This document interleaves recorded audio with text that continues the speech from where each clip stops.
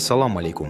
Bugungi videomizda zamonaviy ta'limning ajralmas qismi media madaniyati va innovatsion pedagogika haqida so'z yuritamiz.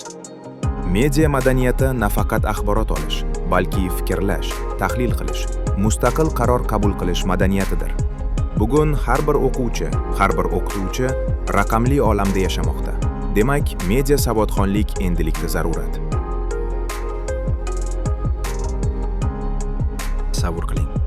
O'quvchilar ijtimoiy tarmoqlarda, video darslarda, bloglarda yoki raqamli sinflarda.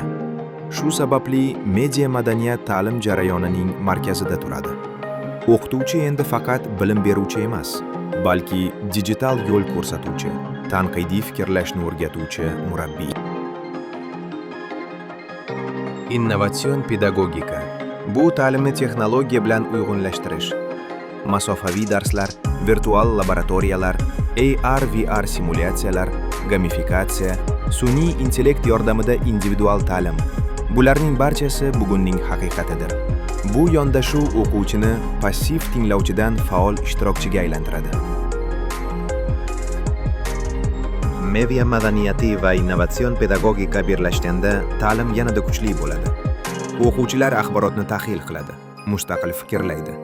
Raqamli xavfsizlik qoidalarini biladi va texnologiyadan ijodiy foydalanadi.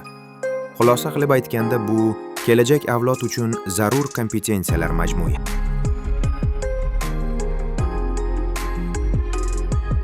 Media madaniyat bu ongli istemol, innovatsion pedagogika bu ongli ta'lim.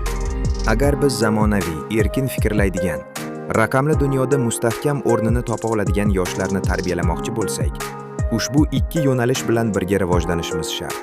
Ta'lim kelajak kaliti. Keling, raqamli dunyoni ongli va foydali tarzda birgalikda quraylik.